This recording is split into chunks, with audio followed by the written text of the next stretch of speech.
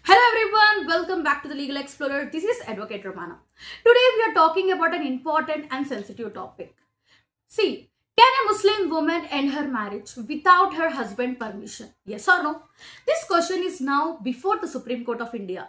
This issue is about khula. Khula is a form of divorce under Muslim personal law. In this video, I will explain what is khula, what the Kerala High Court said, and what the Supreme Court is deciding. See, here we'll talk about both pros and cons. See, and why this case is important for women's right. If you believe in legal awareness, please like, share, and subscribe to the Legal Explorer. Let's begin. First, we'll talk about the background of the case. See, this background of the case. This case started in the Kerala. A Muslim woman wanted to end her marriage. She used khula, which means divorce started by the wife. Khula is nothing but wife can give divorce. Her husband disagreed. He said she cannot end the marriage without husband's approval. Then he went to the court. The case went to the Kerala High Court. The Kerala High Court says a Muslim woman can take khula without husband's consent. And Kerala High Court said women are not subordinate to men. Women are not subordinate to men. The court must protect women's right. The husband he was not satisfied with the Kerala High Court judgment. Then the husband appealed to the Supreme Court of India. In this month, February 2026, the Supreme Court appointed a senior advocate as an amicus curiae. What do you mean by amicus curiae? Amicus curiae is nothing but legal expert to help the court, nothing but friend to the court.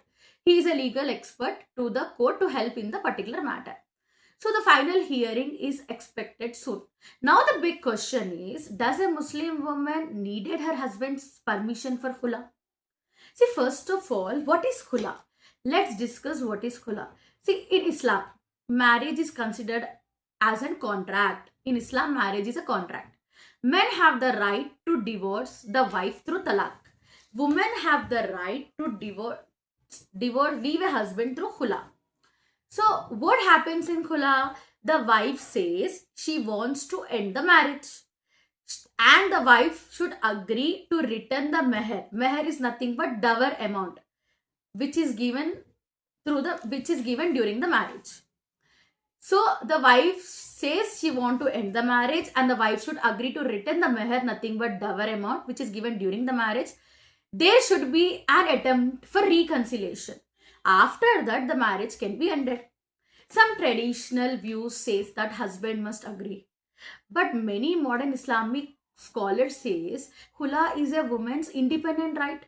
It is supported by the Quran in Surah Al-Baqarah. They said it is supported in the Quran in Surah Al-Baqarah.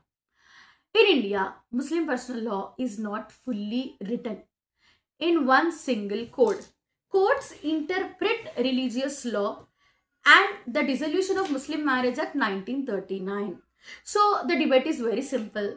The debate right now in the Supreme Court, which is going on, can courts recognize khula even if the husband refused? So now we'll talk about the court proceedings. I hope you have understood what is khula, what is the present scenario going in the court. Now we'll discuss about the court proceedings and the judgment. See, what did the Kerala High Court said? Kerala High Court clearly said, yes, a woman can take khula without her husband's approval. Next, Kerala High Court said, asking for the husband's permission defeats the purpose of khula. And the Kerala High Court said, women are equal citizens under constitution. The court also said, courts not religious clerics in interpretation the law in India. Now the Supreme Court will examine.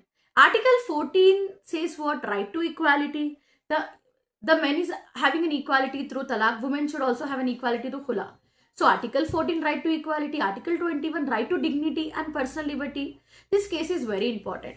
Remember the triple talaq case, which was in the year 2017. The Supreme Court banned instant triple talaq to protect Muslim women. Now again the court is deciding another major issue related to the Muslim women's right. Now, as I said you, I'm going to discuss with you both pros and cons. First of all, what are the pros? If the court accept for the, like a khula, a court said that the woman can give a khula without husband's approval, what are the pros? Women get independence. It is a balance between men and women. It balances men's talak rights. Women can leave abusive marriages. Who knows, the men will do second marriage. It supports constitutional equality. It reduces emotional suffering. Now, what are cons? Some fear misuse. It may create social tensions. Financial burden. Women must return meher. Lack of uniform interpretation across India. In my opinion, in a rights-based democracy, empowerment with safeguards is important. But every legal reform needs a proper awareness and guidance. So this case also connected to the debate on Uniform Civil Code under Article 44 of the Constitution. So what I am saying, this case is also connected to the debate on Uniform UCC under Article 44 of the Constitution. The Supreme Court supports unilateral khula. It may strengthen women's rights in personal laws. It may inspire reforms in other communities. It may increase legal awareness among the Muslim women. But remember, this video is for educational only. For personal cases, always consult a qualified lawyer.